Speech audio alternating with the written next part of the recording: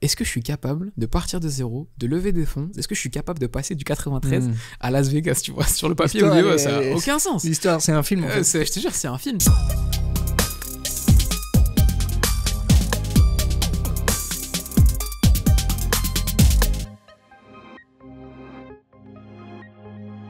Nouvel épisode de Charbon, aujourd'hui en direct de Station F. Je reçois Mido qui est fondateur de la société Atmos Gear, qui est spécialisé dans le roller électrique, c'est ça? Exactement. Salut Mido, comment tu vas? Ça va super et toi? Ça va très bien, je suis ravi de t'avoir avec nous en chair et en os, parce que je dois noter que je t'ai vu passer sur une vidéo interview il y a quelques jours, parce que tu étais en direct du CES de Las Vegas, et là j'étais en face de moi, donc je vais pouvoir te poser toutes mes questions. On est ravi de t'avoir avec nous aujourd'hui. Est-ce que tu peux nous pitcher le projet, la startup Atmos Gear, à quoi ça correspond, quel est le produit, qu'on puisse rentrer un peu ensemble dans le détail? Avec grand plaisir. Donc Atmos Gear, c'est les premiers rollers électriques pour déplacement du quotidien. Ça monte à 25 km/h, tu as 20 km d'autonomie, et l'idée est très simple, c'est permettre à tous les patineurs d'utiliser leur roller pas seulement pour se balader ou pour le loisir, mais vraiment pour aller au travail, aller faire ses courses, aller en cours et s'amuser. Ok, c'est hyper clair, le pitch il est complet, il est efficace. D'où vient cette idée? Parce que là, on a un petit peu le produit de rêve. En tout cas, on a tous eu dans l'idée quand on était petit d'avoir la possibilité d'aller partout en roller, d'aller hyper vite. Enfin, elle vient d'où cette idée? Moi, je t'ai entendu répondre à quelques questions. Donc moi, j'ai un peu en tête ce que tu vas nous raconter, mais est-ce que tu peux revenir un peu à la genèse de l'idée et aujourd'hui, pourquoi est-ce que tu en es là? Carrément, du coup, il faut faire un petit voyage dans le temps. Donc là, on va remonter en 2009. À cette époque-là, j'étais au collège, j'avais 12 ans, j'étais en 5e très exactement, et je sais pas si tu te souviens, mais le mercredi après, en général, il n'y avait pas cours parce que tu faisais du sport, mais en l'occurrence, c'était du foot. Et du coup, je rentre chez moi, je me pose sur le canapé, comme d'hab, je prends mon petit goûter, j'allume la télé, et là, en fait, je tombe sur un manga avec des personnages qui se déplacent en roller électrique à Tokyo. Ce manga, il s'appelle Air Gear, et en fait, il sort vraiment de nulle part. Tu vois des mecs avec des rollers motorisés, ça va tellement vite qu'ils peuvent s'envoler, ils font du roller sur les murs, ils combattent pour avoir le contrôle de la ville, il y a des clans, des emblèmes, je vois tout ça et je reste vraiment bouche bée et je vais à l'entraînement de foot et je parle de ça à tous mes potes, tu vois. Et le truc ne me quitte pas, et en fait en grandissant, l'envie devient de plus en plus forte puisque moi je suis patineur à la base et du coup je voulais tout simplement avoir ma paire et je me souviens encore en train d'écouter l'opening du manga dans les oreilles et tout. Et en fait en arrivant au lycée, je vois qu'il y a la mobilité électrique qui se développe, tu vois, tu as commencé à avoir les premiers projets de skate électrique, de trottinette électrique, c'était beaucoup de do it yourself, mais toujours pas de roller. Et les blogs étaient ultra actifs à cette époque-là. Et en fait j'ai eu le déclic, je me suis dit tu sais quoi, ça se trouve en fait c'est pas si compliqué que ça de faire une paire de rollers électriques, et j'ai littéralement tapé comment faire des rollers électriques sur internet, et du coup la première réponse obvious c'était ingénieur comme cursus, tu vois. Et donc après j'ai déroulé, comment tu fais pour être ingénieur? Faut faire une école d'ingénieur. Ok, comment on fait pour une école d'ingénieur? Faut faire prépa ou autre. Et en fait j'ai déroulé, à la fin mon premier objectif sur la liste c'était tu dois aller en lycée scientifique et tout casser, parce que moi j'étais dans le 93, et voilà, donc c'était le premier pas vers la réalisation d'Atmos Gear. Ok, est-ce que cette volonté de créer ces rollers connectés, ces rollers électriques, elle t'a drivé là où t'es aujourd'hui? À quel moment tu vas dire ok, j'ai réussi? Parce que tu sais, là, ce but, il paraît très clair et ça a l'air de suivre sa route. Mais est-ce qu'à un moment donné, une fois que tu les auras produits, commercialisés, est-ce que tu auras atteint ton but? Est-ce qu'il y aura un next step? Du coup, tu vois, est-ce qu'il n'y a pas un côté un peu, une fois que j'ai atteint ça, je sais pas où je vais? Comment tu perçois ça? Est-ce que tu as en tête une commercialisation en France, à l'étranger? Comment tu vois évoluer le sujet? Sachant que c'est ce qui te drive depuis que tu es au lycée. Une fois que tu vas aller sur un marché, il y aura autre chose. Comment tu gères ça? Alors déjà, pour répondre au début de ta question, c'est totalement ça qui m'a drivé. C'est-à-dire que moi, c'est vraiment pur et dur créer des rollers électriques qui m'a drivé depuis tout petit. Je suis pas juste devenu ingénieur pour ça. Toutes les compétences en fait que j'ai acquis, je les ai acquis pour ce projet. Dans l'école que j'ai fait, en fait, tu pouvais choisir ton parcours à la carte. Du coup, j'ai pris des cours de marketing, de design, de propriété intellectuelle. J'ai tout fait sur Atmos Gear, le logo, le dépôt de brevet, toute la com, etc. Je suis vraiment un vrai passionné, même si tu as l'occasion de voir tous mes potes de promo, quel que soit le truc, que ce soit le lycée, la prépa, l'école d'ingé, ils ont tous entendu parler de mes rollers électriques. Ils m'ont tous pris pour un fou au début. Et aujourd'hui, en fait, tu vois, ça paraît très logique. Et en fait, au début, je pensais que je m'arrêterais juste au fait d'avoir ma propre paire. Ma propre paire, je l'ai conçue, je crois que c'était aux alentours de 2018-2019. Et en fait, tu te fais happer par l'ambition et l'enthousiasme des gens. C'est qu'au début, tu te dis, ok, je veux ma paire. Puis quand tu fais ta paire, tu te rends compte qu'il y a d'autres gens qui veulent aussi avoir leur paire. Et tu te rends compte qu'en fait, en essayant de faire une paire pour tout le monde, bah, tu découvres l'entrepreneuriat, la start-up. Et puis bah, moi, j'ai vu dans Atmosgear l'opportunité de monter mon propre équipage, de me lancer dans une belle aventure. Et tout simplement, bah, en fait, quand je me suis dit, mais attends, il n'y a personne qui est en train de faire ça, ça se trouve, je suis vraiment capable aujourd'hui de commercialiser un vrai produit, pas juste un délire de manga, mais un vrai produit qui va servir de manière quotidienne pour les gens. Et là, bah, je peux te dire que j'ai divisé mon rêve en 3 parties. La première partie du rêve, je l'ai déjà réalisée, c'était écouter l'opening du manga Air Gear avec les rollers électriques au pied. Ça, je l'ai réalisé cet été, donc tu vois, ça m'aura quand même pris pas mal de temps à atteindre, aux 24 heures du Mans. Donc les 24 heures du Mans, c'est le plus grand marathon de roller. T'as plus de 3000 participants de plein de pays différents. Et nous, on était la première équipe de l'histoire en roller électrique. C'était juste génial. Et en fait, tu patines vraiment pendant 24 heures. Hein, c'est pas une blague. Et du coup, à 3 heures du mat, pleine lune, opening de Air Gear dans les oreilles. Là, c'était le premier moment où je me suis dit, putain, j'y suis en fait. La deuxième partie du rêve, c'est aller rencontrer le mangaka, qui est à l'origine, du coup, l'auteur du manga au Japon. Ça, on est encore en travail d'essai, c'est pas si simple. J'ai fait une vidéo où j'ai littéralement parlé en japonais et tout, je l'ai mis sur Twitter, j'ai tagué le mangaka. Il a jamais répondu. Et en plus, on a eu plein de soutien de plein de monde. Je lâche pas l'affaire. Ça, c'est mon deuxième objectif, deuxième partie du rêve, c'est aller au Japon, rencontrer le mangaka pour lui dire, voilà ton manga, voilà les rollers, je les ai créés en vrai. Tu saurais nous dire, là, en japonais, te présenter ou pas? Ouais, bien sûr. D'ailleurs, mon arrobas sur Instagram, c'est Orewa Mido, qui veut littéralement dire je suis Mido. Donc, Hajime Mashite, Watashi wa Mido desu. Niju, si je dis pas de bêtises, Nijugo San desu. Et je pourrais te dire, roller électrique, en gros, c'est Denki no Rollerblade. Voilà, c'est Okay. quelques petits mots que je bricole et tout. Et du coup, bah, à chaque fois que je vois des Japonais, je leur montre les rollers, je leur dis Watashi no Yume, ce qui veut dire mon rêve. Et voilà, et du coup, je me suis vraiment interdit d'aller au Japon tant que les rollers n'étaient pas prêts. Et je peux te dire que c'est dur parce que je surkiffe. Parce que moi, j'ai baigné dans toute la culture manga depuis que je suis tout petit. Et donc là, j'aimerais bien cet été, tu vois, rencontrer le mangaka. Et la troisième partie du rêve, ce serait de créer, en fait, exactement comme dans le manga, des compétitions en roller électrique. Mais genre un vrai sport, tu vois. Un vrai sport. Et là, je sais que je serais allé jusqu'au bout du rêve et j'aurais vraiment laissé une marque, tu vois, dans l'histoire. Parce que quand tu crées un sport, les sports, ils perdurent. Tu vois, quand c'est un produit, il y a beaucoup de... Bah, typiquement, tu vois, l'overboard, c'était super tendance il y a, je sais pas, 5-6 ans. Tout le monde en avait. Maintenant, on s'en fout, quoi. Tu vois, c'est ridicule. Donc, c'est des trucs qui disparaissent. Alors qu'un sport, c'est ancré dans le temps. Et moi, ce serait, voilà, la troisième partie du rêve, ce serait créer un vrai sport, une vraie discipline, avec des sponsors rediffusés et tout en ligne, sur Twitch, tout ça. Ce serait incroyable.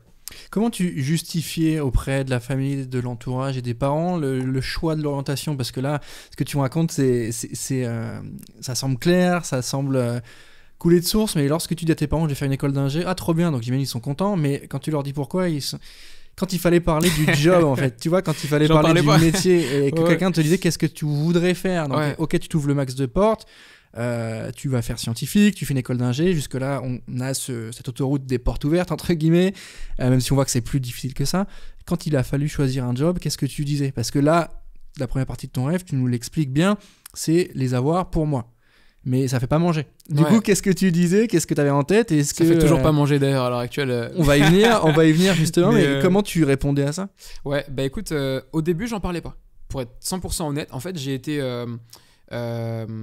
j'ai juste bétonné, tu sais. En gros, je me suis dit, bon, la finalité, les gens n'ont pas besoin de la connaître. Ingénieur, ça rassure la famille, les amis, tout le monde, tu vois. A priori, je sécurise, entre guillemets, mon avenir. C'est pour ça qu'entre guillemets, j'ai eu de la chance, parce que j'avoue que si j'avais eu un rêve, peut-être en lien avec un domaine un peu moins tangible, ou dans une discipline, tu vois, qui est moins...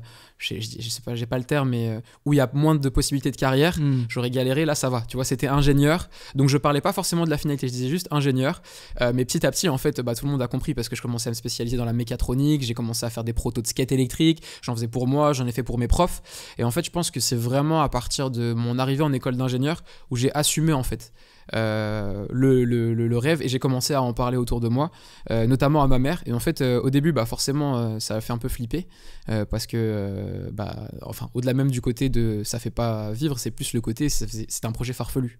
Elle comprenait pas du tout, en fait, l'intérêt. Ma mère est loin du roller, donc elle comprenait pas du tout l'intérêt, et elle me disait non, mais ça, c'est un jouet, enfin, ça va pas avoir d'utilité, fais quelque chose. Tu sais, ma mère, c'est tout con, elle me disait fais un avion, ou fais quelque chose, tu vois, de la grosse industrie, des choses comme ça.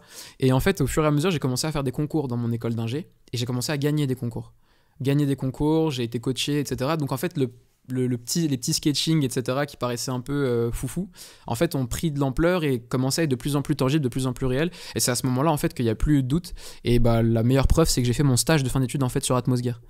Donc moi, j'ai fait non seulement mon stage de fin d'études sur Atmosgear, mais j'ai recruté un stagiaire dans mon stage. Et c'était en 2020. Et du coup, là, à partir de ce moment-là, bah, j'ai jamais été salarié, en fait. Moi, j'ai vraiment, toute ma vie, j'ai toujours bossé toute ma vie, ça fait pas longtemps, hein, mais j'ai toujours bossé sur Atmosgear. J'ai été stagiaire une fois parce que bah, j'étais obligé et que c'était génial. C'était mon stage de mi-cursus. Mais ouais, sinon, j'ai toujours bossé sur Atmosgear. Du coup, je sais même pas, tu vois... J'ai dû apprendre ce qu'était le salariat et les contrats pour mes salariés, pour pas faire de bêtises. Je savais pas ce que c'était, taxes, comment ça s'appelle, tout ce qui est salaire brut net. Mais mec, je savais pas ce que c'était du tout. En plus, après, j'ai découvert les charges patronales. Ah bah alors là, c'était une galère encore plus parce que t'es là, tu payes 3500, le mec à la fin il se retrouve avec 1900, t'es en mode mais où va l'argent et tout. Donc voilà, ça s'est fait petit à petit. J'ai pas brûlé les étapes en fait, c'est que ça s'est fait petit à petit et plus j'avais de résultats, plus j'avais de concours et plus en fait bah, tous les gens qui étaient autour de moi étaient convaincus. Aujourd'hui, tu as été sélectionné pour le programme Tremplin de French Tech. Est-ce que tu peux nous expliquer un peu en quoi ça consiste? On sélectionne des profils, on essaie de tester un peu leur capacité à entreprendre, à monter le projet et surtout à lui donner vie et à ce qu'il continue de se développer. Comment ça a été fait? Comment tu as été sélectionné? Qu'est-ce qui se passe concrètement? Bah écoute, le programme French Tech Tremplin, je pense que c'est un des plus gros programmes en France, hein, si je dis pas de bêtises, côté incubation, voire accélération en fonction de ton stade d'avancement. Et bah, tu as toutes les startups françaises déjà qui peuvent y participer. Et moi, en l'occurrence, la raison pour laquelle j'ai participé, c'était pour débloquer un verrou technologique. Il y en a pour qui ça peut être de l'expérimentation urbaine, d'autres c'est trouver ses premiers clients, faire ses premiers protos. Moi, c'était littéralement, je devais concevoir et fabriquer mes moteurs roues. En fait, les moteurs d'Atmosgear, c'est les moteurs les plus petits et les plus puissants au monde. Et en fait, aucun fabricant au début ne voulait me les faire parce qu'il ne comprenait pas pourquoi je voulais un truc aussi puissant dans un encombrement si petit. Ça coûtait, puis après ils m'ont répondu, ça coûtait extrêmement cher. Ça coûtait plus de 30 000 euros. Et en fait, l'avantage du programme French Tech Tremplin, ça t'offre deux choses. Une somme d'argent, donc en l'occurrence c'est 30 000 euros pour débloquer un verrou technologique, et ensuite après tu as 12 000 euros, jusqu'à 12 000 euros pour une incubation dans un des incubateurs partenaires. Et du coup bah, pour Atmosgear ça a été totalement décisif puisque bah, en étant sélectionné j'ai débloqué les 30 000, donc j'ai pu concevoir mes moteurs roues. Si j'avais pas ces moteurs, il n'y a pas de roller, donc il n'y a pas de start-up et puis on n'avance pas. Et c'est une somme qui m'était impossible d'avoir à cette époque-là. Et de l'autre côté, bah, sur l'incubation, j'ai eu la chance d'intégrer l'incubateur de Polytechnique et j'étais putain de fier parce que bah, j'ai fait prépa, donc tu vois j'ai fait les cursus classiques, etc. Et malheureusement j'ai pas brillé du tout. Tu les as fait les concours Polytechnique? J'ai fait les concours, je suis allé jusqu'au bout. À l'époque je visais les arts et métiers, tu vois, et j'avais pas eu les arts. Et puis bah évidemment t'as la classique l'X, tu vois, tout le monde veut y aller, et c'était le rêve de ma mère. Moi pas trop. C'est le rêve de toutes les mères, je crois. Je pense que c'est le rêve de toutes les mères, ouais. Bah, tu peux pas faire mieux, donc, tu vois, en plus, moi, ma mère, elle est prof de littérature arabe à la base, donc très dans le cursus, etc. Tu vois, elle adore bien suivre les étapes et tout. Et du coup, bah, c'est génial parce qu'en fait, via l'entrepreneuriat, j'ai pu réaliser un rêve qui était aussi celui de ma mère. Et franchement, bah, quand tu as une start-up dans un domaine industriel et hardware, bah, l'incubateur Polytechnique, franchement, c'est top, quoi. Donc voilà, ça m'a donné accès à un réseau de malades.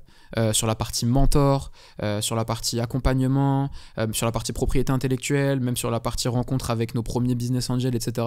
Donc voilà, c'est vraiment un programme où tu as tout de A à Z customisé, parce qu'en fait ce qu'il faut savoir c'est que c'est pas toi qui choisis ton incubateur quand tu passes à French Tech Tremplin, c'est les incubateurs qui se positionnent par rapport à ta problématique, et en général c'est assez bien fait. Donc tu as tous les incubateurs dans plein de domaines, ça peut être la tech, le software, ça peut être comment on appelle ça, tout ce qui est culinaire, la mode, etc. Donc tu as vraiment tout. Et puis après, bah, tu as l'autre côté avec l'argent et la subvention qui permet d'avancer vraiment rapidement. Hyper clair. J'invite évidemment tous ceux qui nous écoutent et qui nous regardent aussi, parce qu'on est sur YouTube, à aller se renseigner sur le site de la French Tech, parce que c'est toujours intéressant de voir les accompagnements qui sont possibles. Carrément. De voir comment ça marche. Souvent on se dit c'est pas possible, c'est pas pour moi, et au final il y a ce projet là, ce programme Tremplin qui justement va aller sélectionner des profils peut-être plus atypiques, avec certains qui ont envie de monter des rollers électriques et qui viennent les accompagner. Donc n'hésitez pas à aller checker ça sur internet, évidemment il y a toutes les infos. C'est hyper clair ce que tu me racontes. Comme je le disais, je t'ai vu en vidéo en direct du CES Las Vegas. Est-ce que tu peux nous dire ce que tu faisais là-bas et qu'est-ce qui s'est passé? Bah écoute, j'ai eu la chance d'être sélectionné, en l'occurrence c'était par la région Hauts-de-France, du coup bah, pour aller représenter la France au CES. Donc le CES, pour ceux qui ne savent pas, c'est le plus gros event technologique au monde, littéralement. T'as tous les pays qui sont représentés, et en gros tu vas là-bas et t'es en 2030. Tu vois, t'as toutes les technologies futuristes. Ça va du lave-vaisselle connecté à l'écran de télévision transparent, à la voiture autonome qui se conduit toute seule. C'est vraiment génial. Et en fait, du coup, j'y suis allé pour présenter Atmos Gear. C'était super important pour moi d'y aller parce qu'on avait un gros problème. C'est que tout le monde... personne ne connaissait Atmos Gear en dehors de la France. Et ça, c'est pas bon du tout parce que le marché du roller, il est international.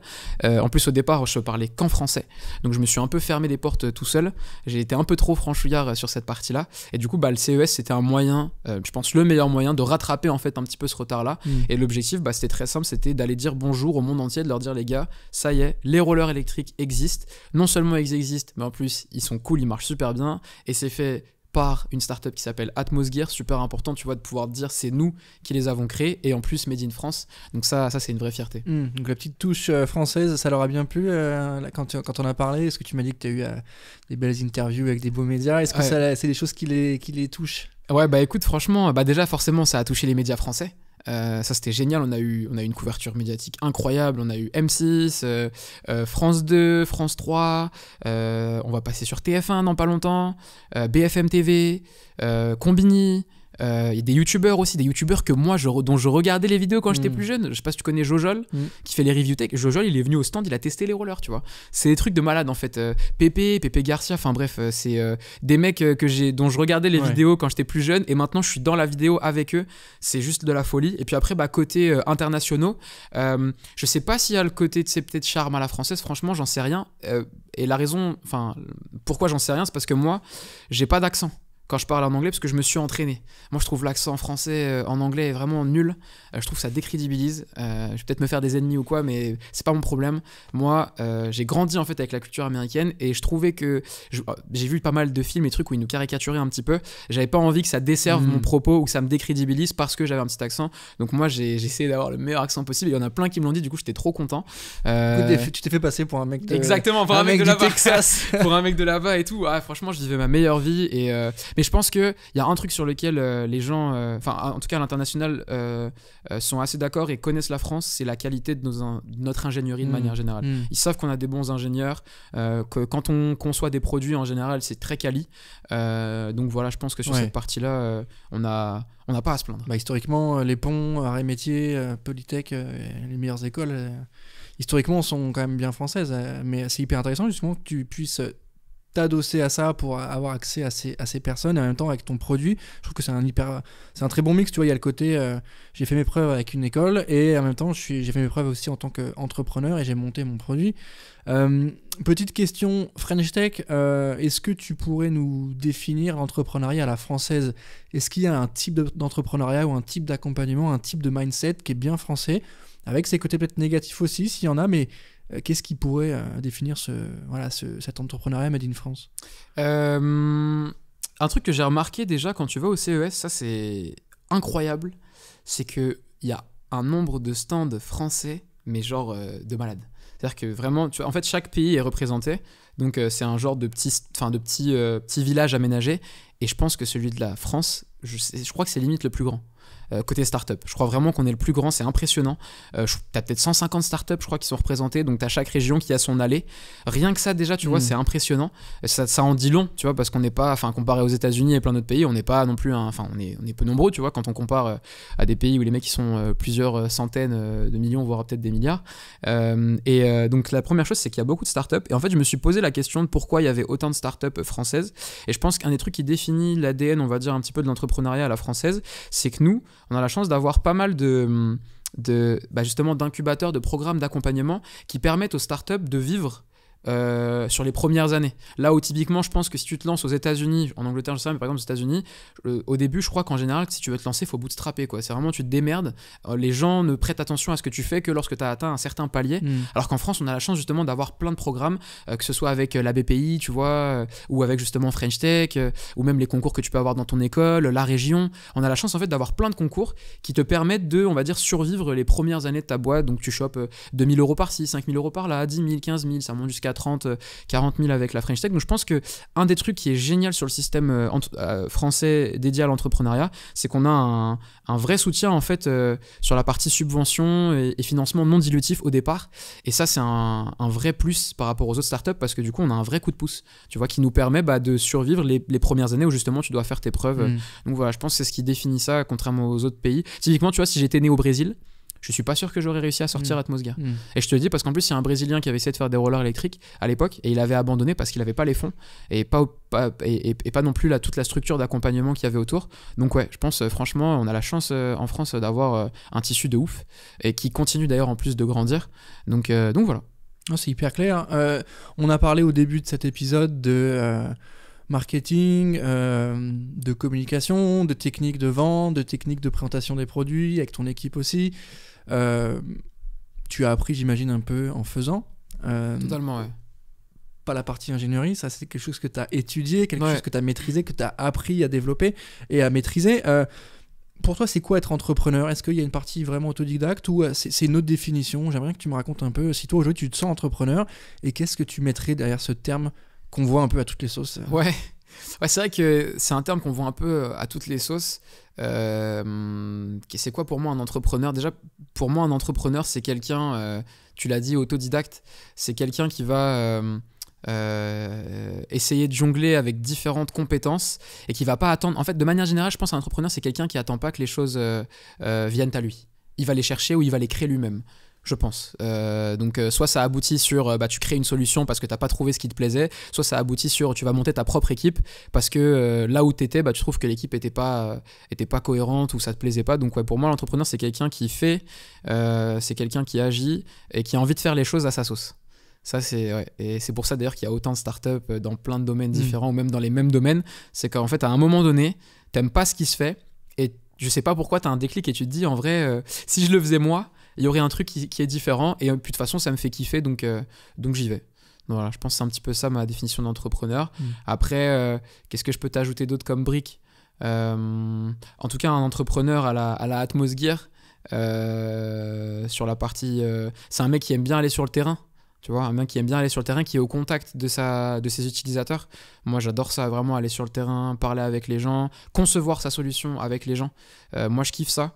C'est vraiment, je dirais, un truc qui me déplaît et que j'aimerais qu'il y ait plus, c'est les entrepreneurs qui sont vraiment au service des gens.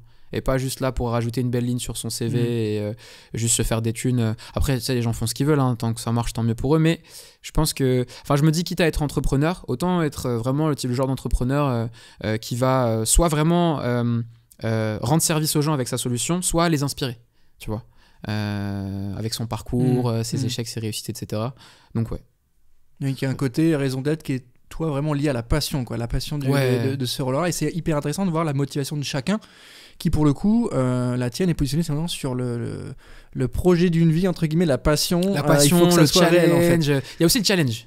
Le challenge, ouais. Challenge méga important. Moi, c'est tout con, hein, mais pourquoi j'ai fait des rollers électriques ? Parce que tout le reste a été motorisé, tu vois. Ça me plaît. S'il y a un truc qui a déjà été fait, ça m'intéresse pas le moins du monde, même si j'ai les compétences pour le faire. Là, typiquement, tu vois, si je veux, je fais des skateboards électriques, des trottinettes électriques, ça m'intéresse pas. Côté innovation qui est inhérent à ton boulot, quoi. C'est ça qui va aussi te... Bah, c'est en fait, j'ai fait mon boulot. Enfin, c'est même pas mon boulot, c'est que j'ai les compétences que je suis allé les chercher pour l'innovation que j'avais en tête. Donc, typiquement, si j'avais une innovation dans l'audiovisuel, j'aurais fait une école. Et d'ailleurs, ça, c'est un truc que les gens oublient. Un petit conseil que je pourrais donner à tous les jeunes, voyez vraiment l'école comme un resto. Allez vous servir, les gars. Genre, arrêtez d'aller en cours ou choisir des cursus un peu au hasard ou parce que vous vous dites que ça se résoudra tout seul à la fin, à la sortie, parce que vous aurez un job ou pour faire plaisir à la famille, etc. C'est quoi ? C'est combien d'années d'une vie, les études supérieures ? 5-6 années ? Peut-être même plus. Faut en profiter, quoi. Genre, vraiment, en plus, on a tous les cursus en France. Faites un truc à minima qui vous plaît, mais surtout qui vous sera utile, en fait. Donc ça demande évidemment de se creuser un petit peu la tête et de se poser avant pour se demander ce qu'on aimerait faire. Mais je pense qu'il vaut mieux foncer dans un cursus, quitte à se merder, tu vois, plus tard, mais au moins avoir fait les choses jusqu'au bout, plutôt que de rester dans le flou, de faire des cursus très généralistes pour se laisser le temps de. Moi, je pense que c'est ça. Et je le dis parce que je pense, et je vois un peu tous mes potes, tu vois, à l'UTC, on a la chance d'avoir des cursus qui sont spécialisants, l'Université Technologie de Compiègne, mais j'ai pas mal de potes, tu sais, qui ont fait d'autres grandes écoles où c'était très généraliste. Et en fait, ils ont fini dans des boîtes de consulting, des choses comme ça. Même encore aujourd'hui, ça reste flou, tu vois. Ils font des trucs, mais ils savent pas vraiment. Et tu sens qu'il leur manque un petit quelque chose. Donc ouais, vraiment, voyez vos études supérieures comme un moyen de... Choisissez en fait ce que vous voulez faire. Choisissez-le vraiment. Les écoles, elles sont là pour ça. Chacun propose son cursus. Allez choisir, faites-vous plaisir. Faites des projets aussi à côté, les assos, etc. Ça, c'est trop cool. Ne passez pas votre vie que intra-muros, tu vois, enfin, dans ce qui se passe dans l'école. Faites des choses à côté, des projets, soyez curieux, amusez-vous, voyagez. Donc voilà, faites-vous plaisir. Et puis pour terminer sur la partie ma définition d'entrepreneur, il y a aussi le côté challenge, tu vois. C'est des fois juste le fait de se dire, est-ce que je suis capable de monter une équipe, de partir de zéro, de lever des fonds, de faire ça, de passer de... tu vois, moi, je viens de Saint-Denis à la base. Est-ce que je suis capable de passer du 93 à Las Vegas, tu vois, sur le papier, ça n'a aucun sens. L'histoire, c'est un film, en fait. Je te jure, c'est un film, tu vois. Et en fait, ça part de ça. Est-ce que je suis capable de... Et en fait, de fil en aiguille, bah, forcément, au début, tu l'es pas du tout. Bien sûr que tu n'es pas capable, mais tu vas grappiller de petit à petit un peu plus de skills, un peu plus d'argent, un peu plus de réseau. Et en fait, à chaque palier que tu vas atteindre, tu vas débloquer, en fait, un nouveau panel de possibles. Et donc, je pense qu'il y a aussi de ça. Je pense qu'il y a beaucoup d'entrepreneurs qui se lancent aussi juste parce qu'ils se disent, est-ce que je suis capable de... C'est d'ailleurs pour ça, je pense qu'il y a beaucoup d'entrepreneurs qui se lancent. Moi, tu vois, j'ai 25 ans, donc j'ai eu le déclic très vite. Je suis pas passé par le cursus classique, donc salarié, etc. Il y a pas mal de gens qui vont dans les entreprises, ils montent en compétences, etc. Et ils arrivent à un moment où ils ont le déclic et se disent, mais ça se trouve, en fait, tout ce que je fais là, je suis capable de le faire en indé avec ma team, etc. Et qui d'un seul coup ont envie de challenge, tu vois, parce qu'ils sont un petit peu trop assis dans une situation confortable. Donc je pense que le challenge fait aussi partie de la passion de l'entrepreneur, c'est se dire, ouais, est-ce que je suis capable de faire ça, ouais, un petit peu comme un sportif, quoi, tu vois. T'enchaînes, t'as des concours, t'as de la performance, des fois tu te débrouilles pas très bien, t'as des objectifs à atteindre et des fois tu les atteins pas du tout, t'as des gens qui veulent te nuire aussi, tu vois, donc ça rajoute encore au challenge. Donc ouais, challenge, passion, créativité et utilité. C'est Mido les bons conseils, cet épisode de podcast. Et j'aimerais bien qu'on continue dans cette veine-là de conseils. Lorsqu'on est entrepreneur, souvent on incarne sa société, sa boîte, pour la vendre, pour la mettre en avant, pour que les gens s'y intéressent. C'est ultra important. Est-ce que toi aujourd'hui tu as des conseils là-dessus pour ceux qui t'écoutent aujourd'hui et qui sont au même stage que toi, qui ont envie de faire connaître leur boîte, qui ont envie de la développer en termes de noto? C'est pas trop facile à chaque fois parce que en fait on peut être le créateur et pas forcément le communicant, tu vois. Donc comment on fait? Alors le meilleur conseil que je pourrais donner, c'est pour pouvoir vraiment incarner sa boîte, c'est de faire une boîte en lien avec un truc qu'on aime ou un truc qu'on sait faire, parce que sinon ça va se voir au bout d'un moment et vous allez être obligé de recruter des personnes dedans et ce sera pas vous, donc ça aura jamais la même saveur. La raison pour laquelle moi en fait entre guillemets, je m'amuse autant sur Atmosgear et ça transparaît, et je pense que c'est aussi ça qui fait notre réussite sur la partie com, c'est parce qu'en fait c'est littéralement ma passion, ça fait 13 ans que je bosse dessus, du coup ça se voit en fait, et je sais de quoi je parle, parce que je n'ai fait que ça, tu vois. Donc je pense que le meilleur conseil que je pourrais donner aux gens qui veulent se lancer dans l'entrepreneuriat, créer un projet dans votre domaine, ou dans un domaine qui vous passionne, tu vois. Typiquement, tu veux faire un truc dans l'audiovisuel, moi demain, regarde, je sais pas, je vais acheter une caméra. Si tu me dis que le gars qui a créé la boîte, il a fait une école, ou le gars il regarde des films depuis qu'il est tout petit, c'est tout con, mais je vais acheter son produit. Alors que si tu me montres un autre truc où tu me dis c'est juste une team d'ingénieurs ou une team de marketeurs, ça va moins me plaire, tu vois. Et je pense que le gars qui aura fait toute sa vie sur ce truc-là, il aura plus de facilité à en parler, parce qu'en fait, il n'y a pas de pitch, c'est pas un pitch en fait. Tu vois, moi quand je parle de mon projet aux gens, je pitche pas. C'est ça qui est trop bien. Au début, je pitchais. J'ai essayé un petit peu, tu vois, de caler les petits trucs, les petites casquettes sur la partie écologie, etc. Ça marchait pas. Alors que là, en fait, tout ce que je fais, c'est pour ça que c'est trop bien. En fait, moi, je me pose, je raconte ma vie aux gens et les gens, ils sont, ouais, super. Donc, c'est ton pitch et tout. Mais non, c'est juste mon histoire. Et donc, t'en parles. En plus, ce qui est bien, c'est que j'ai le même discours avec tout le monde, tu vois. J'adapte pas mon discours, c'est le même, puisque c'est la même histoire. Et elle marche, tant mieux. Elle marche pas, et tant pis. Parce que de toute façon, moi ma solution elle est faite pour un certain type de personnes, ça sert à rien d'essayer de convaincre des gens qui de toute manière tu vois ne sont pas touchés ou quoi, donc c'est pour ça que je pense que je dirais le meilleur conseil c'est vraiment pour être aligné avec son projet, c'est créer un projet dans un domaine qui nous est propre ou qui nous est cher. Donc sincérité, authenticité, du coup, logiquement. Et lié. adéquation, quoi. Adéquation homme-projet. Après, vous n'êtes pas obligé d'être tout seul. Moi, tu vois, je suis solo founder, donc du coup, j'ai dû travailler sur moi-même pour accumuler un certain nombre de compétences. Mais typiquement, c'est aussi ça l'intérêt de se mettre en équipe. Si vous êtes une équipe complémentaire, c'est encore plus cool. Comment tu perçois la concurrence là-dessus, dans la mesure où y a des grosses marques qui sont là-dessus, tu as parlé de l'overboard, tu as parlé des trottinettes électriques, donc a priori des gens vont se positionner dessus, ou il y a d'autres moyens de déplacement, mobilité souple, mobilité, ce qui est un gros sujet en ce moment. Comment tu te positionnes par la concurrence? Comment tu regardes s'il y a une demande, un besoin? Parce que là, au-delà de réaliser ton rêve et ton projet, il y a cet enjeu de commercialisation, du coup de marketing et du coup de développement d'un produit et de ses ventes. Ouais. Comment tu te positionnes par rapport aux concurrents, et surtout, est-ce que tu as identifié un besoin et du coup, est-ce qu'il y a vraiment un marché en fait? Du coup, ça c'est marrant parce qu'effectivement, quand je me suis lancé sur Atmosgear, je me suis pas du tout lancé parce qu'il y avait un besoin. Ça, c'est important de le dire.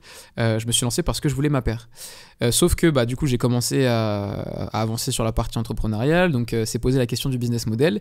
Et Dieu merci, je me suis rendu compte qu'il y avait un gros marché, un vraiment très très gros marché. Rien qu'en France, tu as 3 millions de patineurs. Dans le monde, tu en as 50 millions. Tu vois, donc, je te parle même pas de la mobilité douce, je te parle même pas de monsieur et madame tout le monde qui cherchent une nouvelle alternative pour se déplacer. Là, les chiffres qui sont encore plus astronomiques, mais rien que déjà dans le roller, il y a un vivier pas possible. Donc sur ce coup-là, j'ai eu de la chance. Ensuite, comment est-ce que je vois la concurrence? Écoute, franchement, concurrence indirecte, donc trottinette électrique, vélo électrique, etc. Vraiment, j'ai pas de crainte particulière, puisque de toute façon, je fais ce que eux ne font pas. La raison même pour laquelle j'existe, c'est parce que eux, en fait, ils ont choisi de se spécialiser dans autre chose. Donc, ils font leur métier, je fais le mien, et je suis même très content qu'ils soient là, puisque c'est grâce à eux, en fait, qu'aujourd'hui Atmosgear fait sens et que les rollers électriques font sens. Il y a 4-5 ans, quand je me suis lancé sur le projet, ça paraissait encore un petit peu ridicule, et il y a 12 ans, quand j'ai eu l'idée, on n'en voyait pas du tout l'utilité, tu vois. Alors qu'aujourd'hui, ça paraît totalement évident. Et non seulement ça paraît évident, mais en plus, ça a permis de sensibiliser les gens au fait que, en fait, une voiture en ville, c'est pas forcément si utile que ça, mis à part polluer et te faire patienter 5 heures dans les embouteillages, en fait tu te rends compte que par rapport à la distance que tu as à parcourir, ça se fait très très bien en vélo, trottinette, etc. Donc ça c'est génial. En plus sur la partie infrastructure, merci les gars parce qu'ils m'ont pavé, littéralement, ils m'ont vraiment pavé, tu vois, maintenant on a des voies dédiées. Si je m'étais lancé sur Atmosgear il y a 4 ans avec mes rollers électriques, même si j'avais réussi à les vendre, ils patinent où les gens? Tu vois, avant il y avait des vides juridiques, maintenant il n'y en a plus. Donc merci la concurrence, franchement très très bon taf. Moi maintenant je prends le relais, donc je suis très content. Et c'est marrant parce que quand j'étais plus jeune, j'étais frustré, je me disais putain, je suis trop jeune, je suis né trop tard. Parce que j'avais peur que quelqu'un me pique l'idée, le fasse, etc. Puis finalement, en fait, aujourd'hui, je me dis, mais mec, timing parfait, quoi. Si j'étais né trop tôt, en fait, ça aurait pas fonctionné. Donc sur cette partie-là, concurrence indirecte, très content. Sur la concurrence directe, écoute, j'ai mes premiers concurrents qui sont apparus cet été. J'avoue, au début, on dit souvent, ouais, quand la concurrence apparaît, c'est bon signe parce que ça veut dire qu'il y a un marché. Je l'ai pas bien pris quand je les ai vus arriver parce qu'en fait, c'est des filous, c'est des Anglais. Et en fait, les gars ont littéralement repris une partie de ma com. Et ils ont essayé de copier mon prototype, mon ancien prototype. Et en fait, ils ont profité du fait que je ne parlais qu'en français au début. Et ils se sont fait passer pour les premiers au monde. Ils ont dit, ouais, c'est nous et tout, on est les premiers en électrique au monde. Et du coup, au début, j'ai un peu flippé, quoi, parce qu'ils sont arrivés de nulle part. Et du coup, du jour au lendemain, non seulement j'apprends que j'ai des concurrents, mais en plus que les mecs, pendant 2 années, ils regardaient ce que je faisais. Et ils ont passé en fait au crible. Et donc, ils sont allés jusqu'à pas juste copier mon proto, mais même ma com. C'est-à-dire même mon wording, en fait, les mots que j'utilisais, mes expressions, etc. Ils les reprenaient. Donc, ça m'a mis un petit coup de pression. Et finalement, en fait, c'est une très très bonne chose parce que comme ils sont arrivés, grâce à eux, je me suis un peu réveillé et j'ai accéléré la cadence parce que sans m'en rendre compte, je commençais un petit peu à me mettre à l'aise parce que j'étais seul. C'était un océan bleu, tu vois, il y avait personne dans le roller électrique et sans m'en rendre compte, en fait, j'étais moins performant. Dès qu'ils sont arrivés, mais laisse tomber, je suis revenu.